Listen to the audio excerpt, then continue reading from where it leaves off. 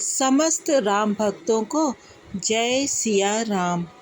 अभी तक की श्री रामचरितमानस की कथा में हमने सुना कि पहले तो निषाद राज को भरत जी पर संदेह हो जाता है, लेकिन जब वो भरत जी का श्री राम प्रभु के प्रति प्रेम देखते हैं तो वो उनके निर्मल प्रेम में डूब जाते हैं। अब आगे की कथा सुनते हैं। प्रभु कर पंकज कपिकै सीसा, सुमिर सुतसा मगन गौरी सा। अंतर्जामी राम सकुच, सप्रेम कृपा यतन, चलिय करिय विश्राम, यह विचारि दृढ़ आनि मन। श्री रामचंद्र जी अंतर्यामी तथा संकोच, प्रेम और कृपा के धाम हैं।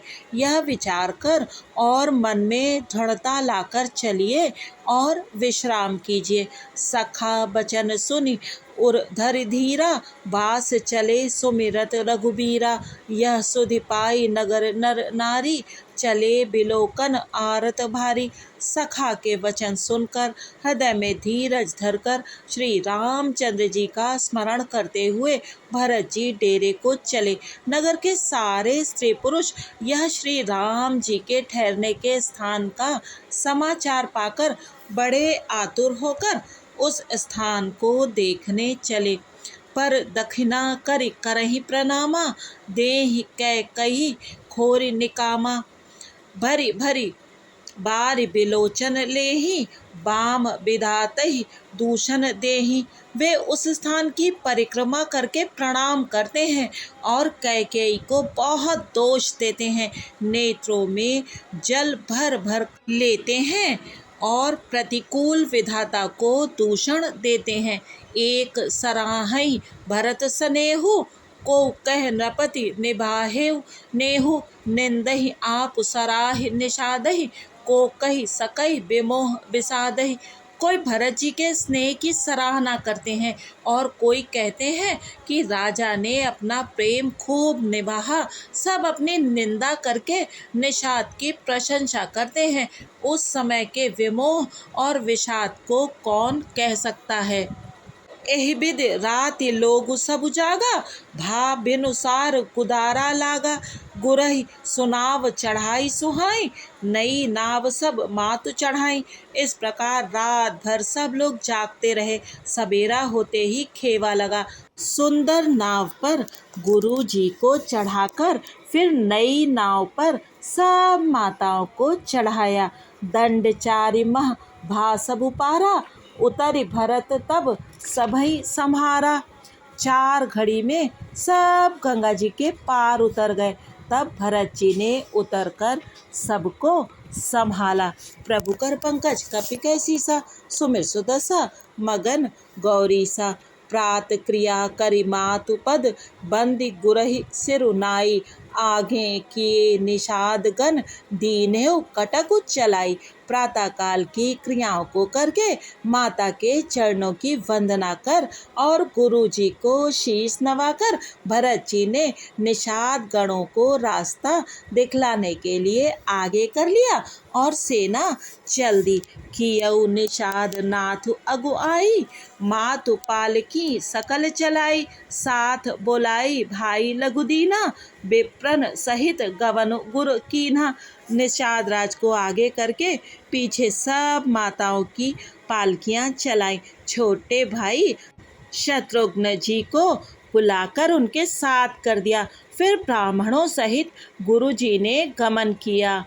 आप सुर सरिह कीन्ह प्रणामो, सुमिरे लखन सहित सिय रामो। गवने भरत पयादेहि पाए, कोतल संग जाहि डोरी आए। तदंतर आप भरत जी ने गंगा जी को प्रणाम किया और लक्ष्मण सहित श्री सीताराम जी का स्मरण किया। भरत जी पैदल ही चले। उनके साथ कोतल बिना सवार के घोड़े बागडोर से बंधे हुए चले जा रहे हैं। कहीं सुसेवक बारहि बारा, होइए नाथ अश्व असवारा। राम पयादेहि पाए सिधाए, हम कहा रथ गज बाज बनाए। उत्तम सेवक बार बार कहते हैं कि हे नाथ, आप घोड़े पर सवार हो लीजिए। भरत जी जवाब देते हैं कि श्री रामचंद्र जी तो पैदल ही गए और हमारे लिए रथ, हाथी और घोड़े बनाए गए हैं। सिर भर जाऊं उचित असमोरा, सब ते सेवक धर्म कठोरा। देख भरत गति सुनि मृदुबानी, सब सेवक गण गरहि गलानी। मुझे उचित तो ऐसा है कि मैं सिर के बल चलकर जाऊं। सेवक का धर्म सबसे कठिन होता है। भरत जी की दशा देखकर और कोमल वाणी सुनकर सब सेवक गण ग्लानि के मारे गले जा रहे हैं। प्रभु कर पंकज कपिके सीसा, सुमिर सुदशा मगन गौरीसा। भरत तीसरे पहर कह, कीन्ह प्रवेश प्रयाग। कहत राम सिय उमग उमग अनुराग। प्रेम में उमंग उमंग कर सीता राम कहते हुए भरत जी ने तीसरे पहर प्रयाग में प्रवेश किया। झलका झलकत पायन कैसे, पंकज कोस ओस कन जैसे। भरत पयादे आए आजू, भयउ दुखित सुनि सकल समाजू। उनके चरणों में छाले कैसे चमकते हैं, जैसे कमल की कली पर ओस की बूंदें चमकती हों। भरत जी आज पैदल ही चलकर आए हैं। यह समाचार सुनकर सारा समाज दुखी हो गया। खबर लीन सब लोग नहाए, कीन्ह प्रणाम त्रिबेनि ही आए। सबिद सितासित नीर नहाने, दिए दान महिसुर सन माने। जब भरत जी ने ये पता पा लिया कि सब लोग स्नान कर चुके, तब त्रिवेणी पर आकर उन्हें प्रणाम किया। फिर विधि पूर्वक गंगा यमुना के श्वेत और श्याम जल में स्नान किया और दान देकर ब्राह्मणों का सम्मान किया। देखत श्यामल धवल हलोरे, पुलक शरीर भरत कर जोरे। सकल काम प्रद तीरथ राउ, वेद विदित जग प्रगट प्रभाव। श्याम और सफेद यमुना जी और गंगा जी की लहरों को देखकर भरत जी का शरीर पुलकित हो उठा और उन्होंने हाथ जोड़कर कहा, हे तीर्थराज, आप समस्त कामनाओं को पूर्ण करने वाले हैं। आपका प्रभाव वेदों में प्रसिद्ध और संसार में प्रकट है। मांगो भीख त्यागी निज धर्मु, आरत काह न करई कुकर्मु। अस जिय जान सुजान सुदानी, सफल करहि जग जाचक बानी। मैं अपना धर्म ना मांगने का क्षत्रिय धर्म त्याग कर आपसे भीख मांगता हूँ। आर्त मनुष्य कौन सा कुकर्म नहीं करता, ऐसा हृदय में जानकर सुजान उत्तम दानी जगत में मांगने वाले की वाणी को सफल किया करते हैं। अर्थात वो जो मांगता है सो दे देते हैं। प्रभु कर पंकज कपिकै सीसा, सुमिर सुदशा मगन गौरीसा। अर्थ न धर्म न काम रुचि, गति न चाहूं निर्बान। जन्म जन्म रति राम पद, यह वरदानु न आन। मुझे न अर्थ की रुचि इच्छा है, न धर्म की, न काम की, और न मैं मोक्ष ही चाहता हूँ। जन्म जन्म में मेरा श्री राम जी के चरणों में प्रेम हो, बस यही वरदान मांगता हूँ, दूसरा कुछ नहीं। जानहु राम कुटिल करि मोहि, लोग कहु गुर साहिब द्रोही। सीता राम चरण रति मोरे, अनुदिन बढ़हु अनुग्रह तोरे। स्वयं श्री रामचंद्र जी भी भले ही मुझे कुटिल समझें और लोग मुझे गुरुद्रोही तथा स्वामी द्रोही भले ही कहें, पर सीता राम जी के चरणों में मेरा प्रेम आपकी कृपा से दिन दिन बढ़ता ही रहे।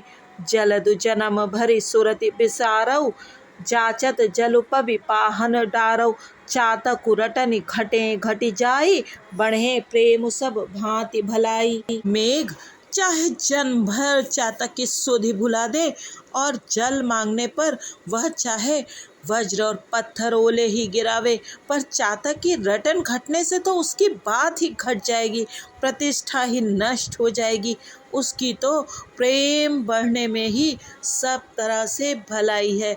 कन कहीं बान चढ़ई जिम दाहें, तिम प्रियतम पद नेम निभाएं।